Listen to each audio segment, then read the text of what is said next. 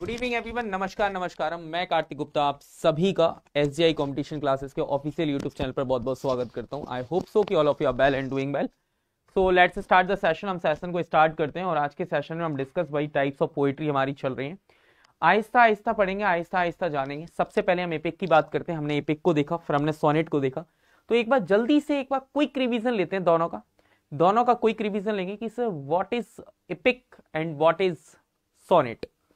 सो epic की बात करते हैं। एपिक की स्टार्टिंग हो चुकी थी एपिक ऑफ गिलगामेश से। मींस एपिक ऑफ गिलगामेश का मतलब है सुमेरियन सिविलाइजेशन की बात कर रहे हैं। We are talking about Sumerian civilization. Sumerian civilization की हम बात करेंगे तो वहां से एपिक की स्टार्ट होती है कि epic of Gilgamesh is considered the oldest epic है। ओके, बड़े ध्यान से समझिएगा इस बात को।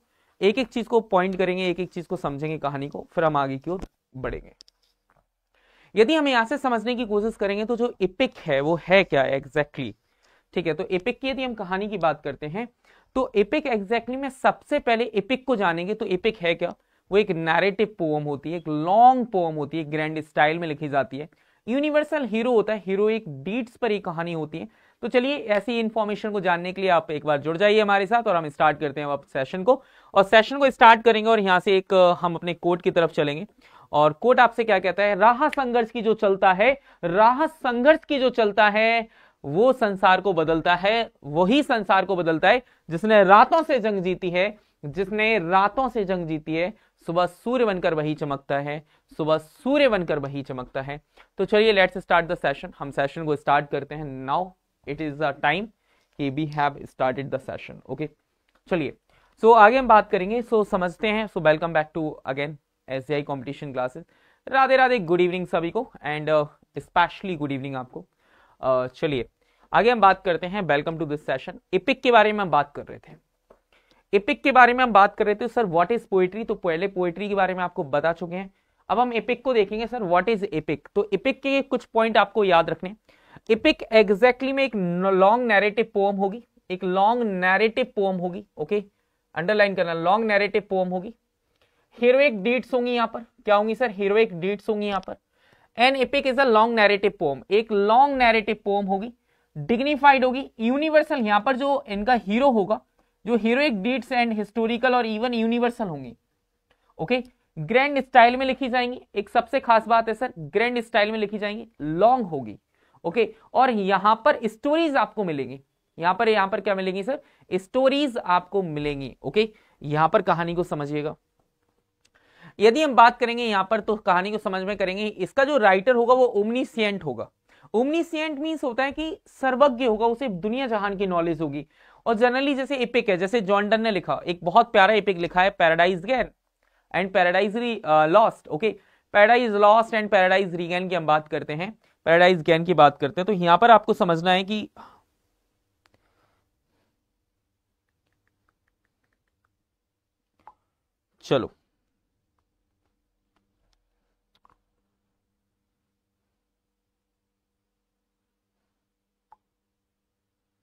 चलो एक मिनट का टाइम देना। चलिए आगे हम बात करते हैं। तो आगे कहानी को समझेंगे। तो यहां पर आपको पता है जैसे कि इन्होंने लिखा था, of man's first disobedience. Adam Eve की बात हो रही है। और आपको पता है कि फर्स्ट एडम ईव जो थे वो हेवन में रहा करते थे, पैराडाइज में रहा करते थे। फिर उन्होंने एक फ्रूट खा लिया, उसके बाद वो फ्रूट उन्हें खाना नहीं था, वो फ्रूट था फ्रूट ऑफ नॉलेज। ठीक है, उसके बाद कहते हैं पहला जब डिसओबीडियंस करते हैं तो गॉड एग्जैक्टली में सैटर्न जो है, सैटर्न को हेल में भेज दिया जाता है। Hell is also created by God, एक गॉड ने ही क्रिएट किया था। कहते हैं of man's first disobedience and the fruit of that forbidden tree, उस फल and whose mortal taste brought death into the world and all our woe. कहते हैं हम यहां पर कि जो यदि हम बात करेंगे यहां पर कहानी को समझिएगा कि हमने यहां पर कहा कहानी को कि एग्जैक्टली वो फल खाना नहीं था, वो फल हमने खा लिया। और जब हमने फल खा लिया, ठीक है, जब वो फल खा लिया तो इस धरती पर क्या क्या आ गई सर? सारी की सारी माइजरी जितनी थी वो सारी की सारी यहां पर आ गई। ओके, तो आगे हम बात करते हैं। Take places across lengthy time spans and era beyond the range of living memory, feature a central hero who is incredibly brave and resolute. Okay, याद रखिएगा। include obstacles and circumstances that are supernatural and otherworldly so as to create almost impossible odds against the hero. Against the hero. हाँ, walk का मतलब होता है sir problems, ठीक है, मौत मतलब प्रॉब्लम्स है, एनिमी है, मतलब एक नेगेटिव एनर्जी आ गई। उससे पहले यहां पर नेगेटिव एनर्जी नहीं थी, ओके, जब एडम ईव रहा करते थे। तो reflect concern as the future civilization और कल्चर पर डिपेंड करेगा। जैसे कि आपको पता है द एनियड भी एक एपिक है जहां पर एक वर्जल ने लिखी है, एक स्टोरी है किसको लेकर, एनियस को लेकर, एक ट्रोजन का डिसीडेंट है and forebear to the Romans, okay. The Iliad and Odyssey a Trojan war के ऊपर है, ओके, स्पार्टा एंड ट्रॉय, ठीक है। अब आगे देखना बात को, यहां पर हम बात करेंगे फेरी क्वीन जो है वो Edmund Spenser, the divine comedy जो लिखी है वो दांते ने लिखी थी, पैराडाइज लॉस्ट जॉन मिल्टन ने लिखा। इसके बाद यदि हम बात करेंगे मॉक एपिक भी एक्सैक्टली में आपको पता है frog and mice is the best example for mock epic. Then हम बात कर लेते हैं सर सोनेट्स की। सोनेट्स की यदि हम बात करेंगे यहां पर, तो सोनेट्स एक्जैक्टली में sonnets were started writing by दांते। दांते ने इनकी स्टार्टिंग की थी।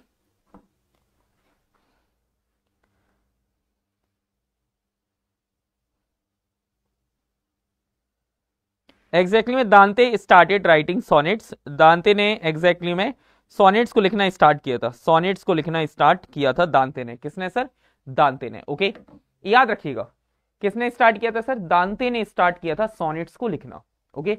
देन दांते के एक डिसाइपल्स थे, वो थे Petrarch, okay. Petrarch follow Dante's work, Petrarch read कह सकते हैं, Petrarch read a lot of work of Dante. Dante के इन्होंने बहुत सारे वर्क पढ़े, ठीक है, बहुत सारे वर्क्स इन्होंने पढ़े और वहां से इन्होंने सोनेट्स को कॉपी कर लिया। और जब इन्होंने सोनेट्स को कॉपी किया, तो जब सोनेट्स को इन्होंने कॉपी करना स्टार्ट किया, तो आपको पता है इन्हीं को कह दिया गया फादर ऑफ सोनेट्स। किसको? आपके पेट्रार्क को। पेट्रार्क के एक डिसाइपल से बुकैसियो, बुकैसियो का एक फेमस वर्क है डेकामेरॉन, जिसकी कॉपी की थी जाफरी चौसर ने, कैंटरबरी टेल्स, ओके। इसके बाद है एग्जैक्टली में उसी टाइम पर, पेट्रार्क के टाइम पर, इटली के अंदर एक एम्बेसडर रहा करते थे, इंग्लिश एम्बेसडर थे, मींस इंग्लैंड के थे। उनका नाम जो था वो था टॉमस याट। क्या था सर? Thomas Wyatt. यदि टॉमस याट एग्जैक्टली में टॉमस याट ने अपनी पोएम्स को पढ़ना स्टार्ट किया, जब सोनेट्स को पढ़ना स्टार्ट किया, तो यहां पर बात को समझना, जब इन्होंने सोनेट्स को पढ़ना स्टार्ट किया तो एग्जैक्टली में इन्होंने पैटर्न को कॉपी कर लिया। और हैरलोड ने आकर अपनी एक बुक लिख दी टोटल्स मिसलेनी, जिसमें 97 जो सोनेट्स हैं वो टॉमस याट की थी। जितनी भी all sonnets dedicated to beloved, जितनी भी सोनेट्स थी सारी की सारी प्रेमिकाओं के लिए थी।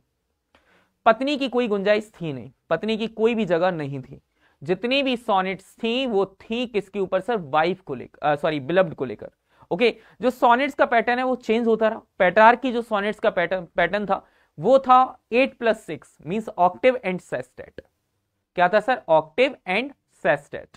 सेस्टेट का मतलब क्या होता है सर? सेस्टेट मतलब 6 लाइंस, ऑक्टेव मतलब 8 lines. Iambic and pentameter 10 syllabic lines हुआ करती थी। यदि यहां से हम और चीजों को आगे जानेंगे तो यहां पर ऑक्टेव जो हुआ करता था वो प्रॉब्लम्स को बताया करता था, जो सेस्टेट हुआ करता था वो सॉल्यूशन की तरफ लेकर जाया करता था। यदि ऑक्टेव की हम बात करेंगे तो ऑक्टेव एग्जैक्टली क्या थी सर? इसमें एग्जैक्टली हम यहां पर को बताएंगे। यहां पर एग्जैक्टली आइम्बिक पेंटामीटर का यूज किया गया था, आइम्बिक पेंटामीटर का यूज किया गया था, ओके। तो यहां पर इतनी कहानी को आप याद रखिएगा। इसकी जो राइमिंग स्कीम थी वो थी AB BA CD। क्या था सर? AB BA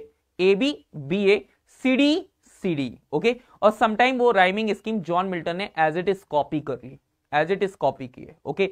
जैसे हम मिल्टोनिक सोनेट्स भी कहते हैं। क्या कहते हैं सर? मिल्टोनिक सोनेट्स कहते हैं। जब टॉमस याट ने एग्जैक्टली में इन्होंने को बुक पब्लिश की टोटल्स मिसलेनी, तब यहां से आपको चीजें और बेहतर समझ में आएंगी। विलियम शेक्सपियर ने एग्जैक्टली में इसी राइम स्कीम को कॉपी किया, लेकिन कुछ चेंजेस कर दिए। इन्होंने 3 क्वार्टरन में इसको डिवाइड कर दिया। जब 3 क्वार्टरन में इसको डिवाइड किया तो इसकी राइमिंग स्कीम क्या निकल कर आई? कोई मुझे बताएगा? AB CD EF और GG। AB CD DAD, याद रखना, सॉरी EF GG, ओके, याद रखिएगा। चलिए आगे बात करते हैं। आगे हम सोनेट्स को हम यहां तक पढ़ चुके थे, मिल्टोनिक सोनेट्स थी, सारी सोनेट्स थी। अब हम बात करते हैं लिरिक पर। किस पर बात करते हैं? लिरिक पर, ओके। लिरिक पर यदि हम कहानी को समझने की कोशिश करेंगे, हाँ यही थी, A B A B A B A B, C D C D, E F G J, okay. अब यहां से आप कहानी को बात कर समझें, lyric. Sir lyric as a एक शॉर्ट पोअम हुआ करती थी जो कि पर्सनलाइज्ड हुआ करती थी। पर्सनलाइज का मतलब क्या है सर? पर्सनलाइज का मतलब है कि यहां पर ये सब्जेक्टिव हुआ करती थी, ये ऑब्जेक्टिव नहीं हुआ करती थी। मतलब ये सब्जेक्टिव का मतलब है sir related to personal, a person किसी पर्सनल व्यक्ति से होती थी, एंड इसे प्ले किया जाता था, इसे गाया जाता था with lyre. Lyre is an कह सकते हैं, lyre is a musical instrument. Lyre is a musical instrument. Lyre जो था वो एक म्यूजिकल इंस्ट्रूमेंट था। कहते हैं it is a form of poetry, एक फॉर्म ऑफ पोएट्री है, एक फॉर्म ऑफ पोएट्री है, याद रखना, it is a form of poetry that is subject of being sung to the accompaniment of a musical instrument, or that expresses intense personal emotions in a manner suggestive of a song. This type of poetry express the thought of feeling of the poet. ये exactly में personal हुआ करती थी, जैसे कि Edgar Allan Poe की है Annabel Lee, okay, and Tennyson's की है ब्रेक ब्रेक ब्रेक, ओके। चलिए आगे बात करते हैं। लिरिक की हम कहानी की बात करेंगे, लिरिक को आगे समझने की कोशिश करेंगे। कहते हैं originally composition meant for musical accompaniment. ये किसके लिए थी सर? एक म्यूजिकल अकम्पेनमेंट के लिए होती है। The term refers to a short poem in which the poet's persona का मतलब क्या है सर? पर्सोना का मतलब होता है यहां पर पर्सनल फीलिंग के बारे में बात होती है, यहां पर पर्सनल फीलिंग के बारे में बात होती है, पर्सनल फीलिंग के बारे में बात होती है, यहां पर पर्सनल फीलिंग्स के बारे में बात करता है poet. And another speaker express personal feeling, और जो अनदर स्पीकर होता है वो भी अपनी पर्सनल फीलिंग्स को एक्सप्रेस करता है, ओके। एक लिरिक जो है is a collection of versus, एक वर्सेस का कलेक्शन है। यहां पर वर्स फॉर्म में इन्हें लिखा गया है। किस फॉर्म में लिखा गया है सर? वर्स फॉर्म में लिखा गया है। Got it? यस और नो?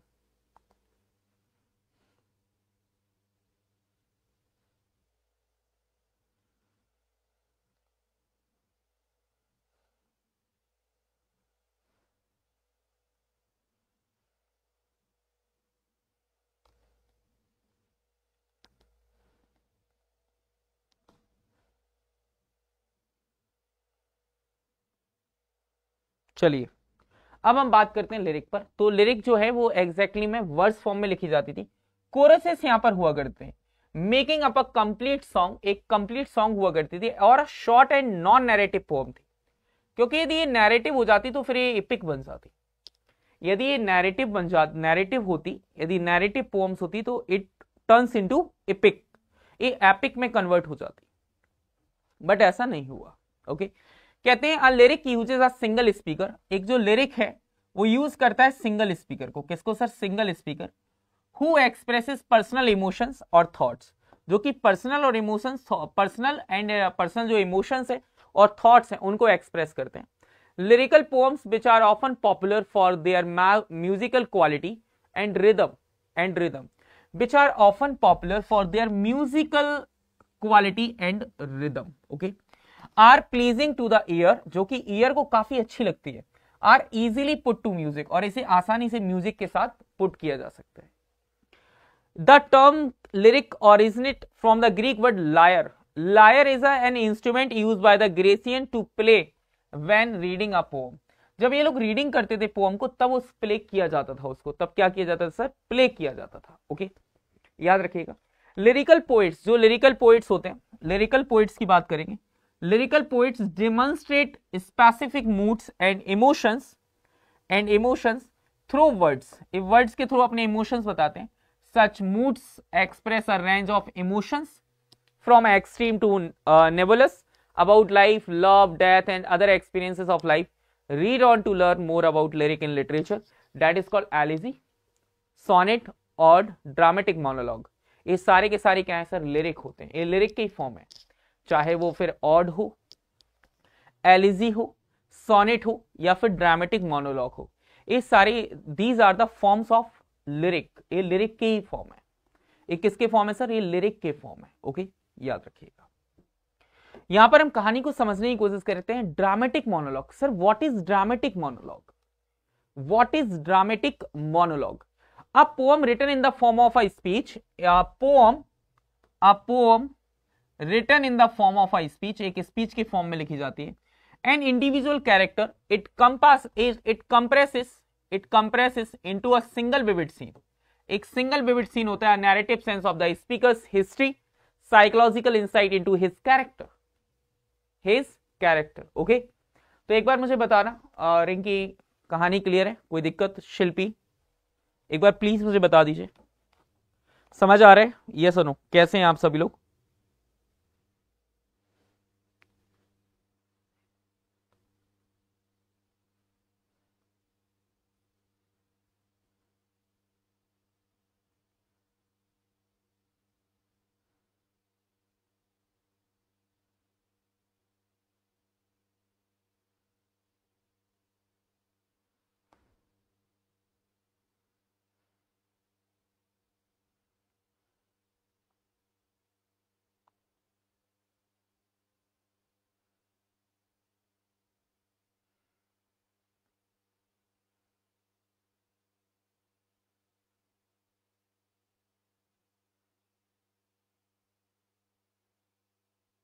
यस सर, क्लियर है। ओके, चलिए आगे बात करते हैं।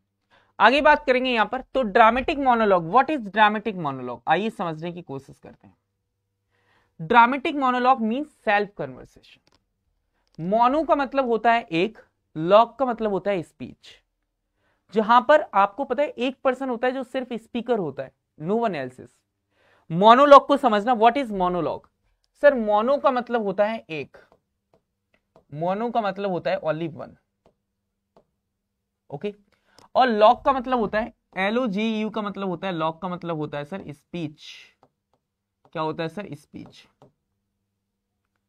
That is called speech. Okay, that is called monologue. क्या कहते हैं सर? मोनोलॉग कहते हैं। Okay, good evening.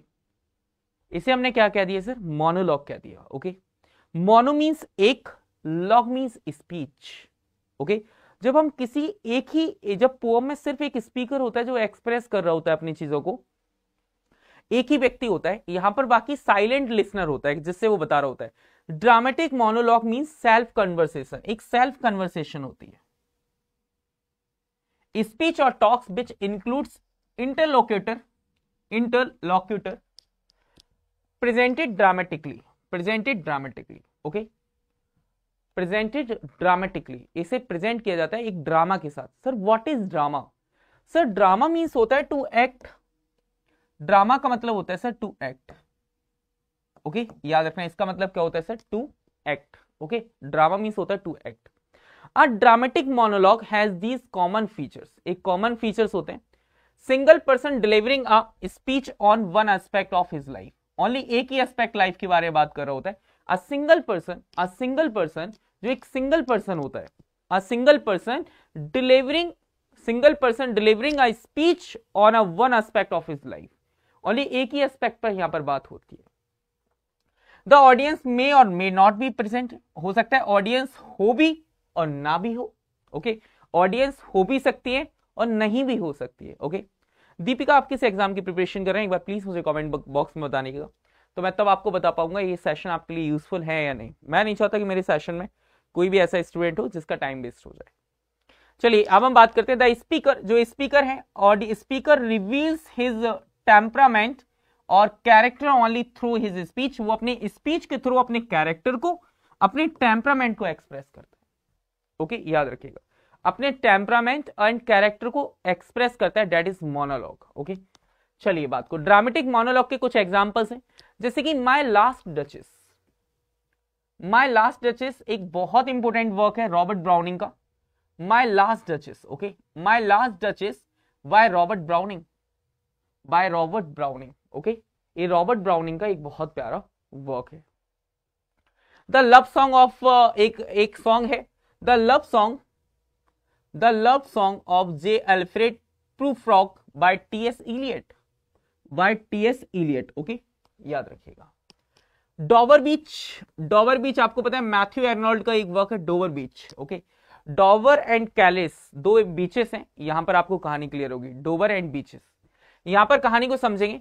एक वर्ड आता है एल्फ्रेड लॉर्ड टेनिसन यूलिसिस, इनका जो वर्क है ये भी बड़ा एक एग्जैक्टली में एक ड्रामेटिक मोनोलॉग है। रॉबर्ट ब्राउनिंग की बात करेंगे, एग्जैक्टली में इसे कहते हैं पोरफेरिया लवर। ओके, पोरफेरियाज जो लवर हैं उनकी हम बात करते हैं, ठीक है। इसके बाद आता है हमारा टीएस एलियट का आता है पोर्ट्रे ऑफ अ लेडी, ठीक है। और कैरोल एंड डफी का है मेडूसा, क्या है सर, मेडूसा। ओके, चलिए आगे बात करते हैं। ऑड की हम बात करेंगे सर, ऑड पर हम आते हैं। Sir what is odd? Okay, odd है क्या? ऑड को समझना होगा आपको। एग्जैक्टली में ऑड हम उन सारी चीजों के लिए यूज करते हैं जो फिजिकल हमारे सामने प्रेजेंट नहीं है। ओके, याद रखना। ऑड भी एक एग्जैक्टली में ऑड जो है वो जैसे कि एक वर्क है ग्रेसियन ऑड। ओके, एग्जैक्टली में उस किसी चीज की तारीफ करते हुए लिखते हैं, प्रेज करते हुए लिखा जाता है इसे। फॉर प्रेजिंग, एक किसके लिए लिखा जाता है सर? फॉर प्रेजिंग मीन्स तारीफ करने के लिए लिखा जाता है, for praising. Okay, for praising. Okay, एक किसके लिए लिखा जाता है सर? प्रेजिंग के लिए लिखा जाता है। चलिए ओके, याद रखना। जैसे कि हो सकता है आपको कोई चीज पसंद आती है, आप इस पे लिख दें फॉर प्रेजिंग, ओनली प्रेजिंग के लिए लिखा जाता है। Odd comes from the word Greek word, इसका नाम था एडियन। क्या नाम था सर? एडियन इसका नाम था, एडियन। इसका मीनिंग था टू सिंग और चैंट, इसका मतलब था टू सिंग और चैंट। ये चैंट के लिए और चैंटिंग के लिए और सिंग के लिए हम इसका यूज किया करते थे, ऑड। ओके, चलिए आगे हम बात करते हैं। And belongs to the long varied trade of lyric poetry, ये लिरिक पोएट्री का एक पार्ट है ode. Originally accompanied by music and dance, इसे म्यूजिक एंड डांस के साथ अकम्पेन किया जाता है। And later reserve by the romantic poets to convey their strongest sentiments. जो अगेन रोमांटिक पोएट्स आते हैं सर, रोमांटिक पोएट्स कौन कौन है? यदि रोमांटिक पोएट्स की हम बात करते हैं तो विलियम वर्ड्सवर्थ की बात कर लेते हैं, जॉन कीट की बात कर लेते हैं, ये सुनो कीट की बात कर लेते हैं, PB Shelley, Byron, Samuel Taylor Coleridge, ये सब क्या है सर? एक रोमांटिक पोएट है। ये क्या है सर? रोमांटिक पोएट्स हैं। इन लोगों ने इन सारी ऑड को रिजर्व कर लिया, अपने ये लिखना स्टार्ट कर दिए। कितनी इंटरेस्टिंग सी बात है ना। तो एग्जैक्टली में if you want to be good at literature, तो you start reading classical literature.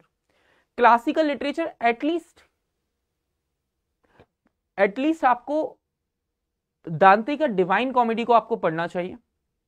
यदि हम बात करें तो वोकैसियो को पढ़ना चाहिए, आपको पेट्रार्क की सोनेट्स को पढ़ना चाहिए। वहां से ये सारी चीजें एडॉप्टेड हैं, कुछ चेंजेस किए हैं, देन फिर कुछ नया क्रिएट किया है। नथिंग इज न्यू हेयर, कुछ भी नया नहीं होता इस दुनिया में, नथिंग इज न्यू हेयर। तो मैंने कुछ चीजें की, आपने उसमें कुछ एड ऑन कर दिया, बस इतना ही है, इसके अलावा कुछ भी नहीं, ओके, याद रखिएगा। कहते हैं हम यहां पर कि it can be generalized as a formal address to an event, a person or a thing not present. एक स्ट्रॉन्गेस्ट सेंटिमेंट्स होते हैं, इन्हें जर्नलाइज किया जा सकता है एक फॉर्मल एड्रेस करने के लिए किसी इवेंट पर, किसी पर्सन को, किसी थिंग को जो कि प्रेजेंट नहीं है, for instance, for example William Wordsworth ode on intimation of immortality, okay, from recollection of early childhood. फिर आता है ऑड ऑन ग्रेसियन और to a nightingale. Okay, अब आती है सर बैलेड इंपोर्टेंट है, ये सारी चीजें इंपोर्टेंट है। आपके एग्जाम में बैलेड पूछी जाती है, ऑड पूछी जाती है, लिरिक पूछी जाती है, एपिक पूछा जाता है।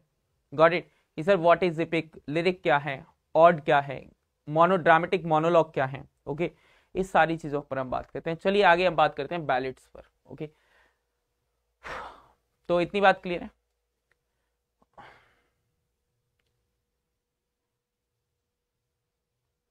चलिए, कहते हैं हम यहां पर बैलेड भी इस टाइप की एक म्यूजिक होती है। क्या होता है सर? एक म्यूजिक के साथ प्ले किया जाता है।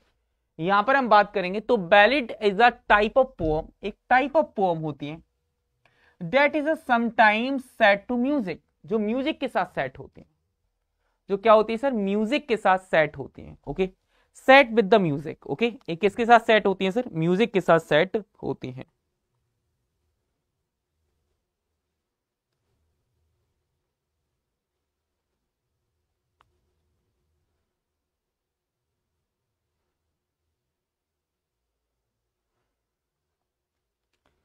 ओके, चलिए आगे समझने की कोशिश करते हैं।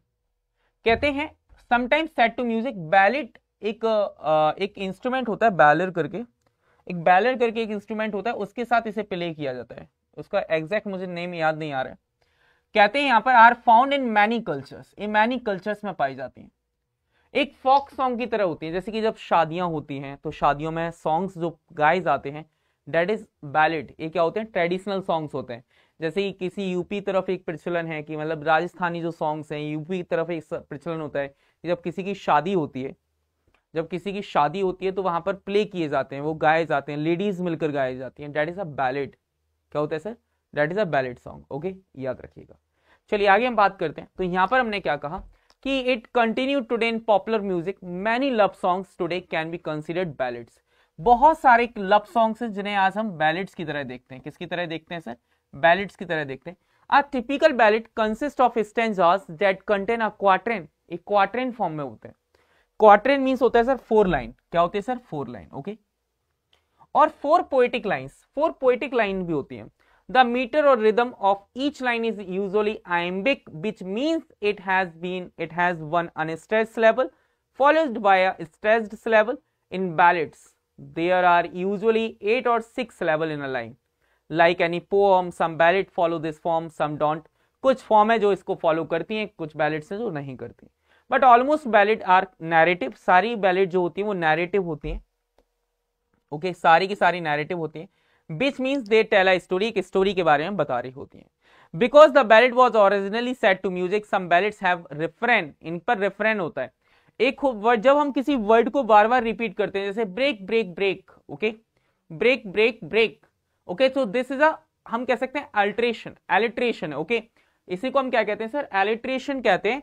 जब कोई लाइन बार बार रिपीट होती है उसे हम रेफरेन कहते हैं। और repeated chorus, just like a song does similarly, the rhyme scheme is often ABAB because of the musical quality of this rhyme pattern. जैसे जॉन कीट्स की एक पोम है, जॉन कीट्स की एक बैलेड है, La Belle Dame sans Merci. Okay, Samuel Taylor Coleridge ने लिखी थी rime of the ancient mariner. Okay, तो ये आपकी आज के लिए बस इतना ही है। बाकी मुलाकात होगी आपसे नेक्स्ट सेशन में। जब तक के लिए आई होप सो कि आप सभी लोग काफी अच्छे होंगे, मजे में होंगे और ठीक भी होंगे। तो यहाँ तक यदि किसी को कोई डाउट है सो यू कैन आस्क, आप पूछ सकते हैं, आप जान सकते हैं, आप समझ सकते हैं। ठीक है, एक बार प्लीज मुझे बता दीजिएगा, किसी को भी कोई डाउट है तो पूछ लीजिए। अभी तो और भी प्यारे प्यारे सेशंस होंगे, लिटरेचर में गदर मचाएंगे। ठीक है, लिटरेचर को बहुत डीपली जाएंगे लिटरेचर। ठीक है, लिटरेचर ही है जो कुछ है।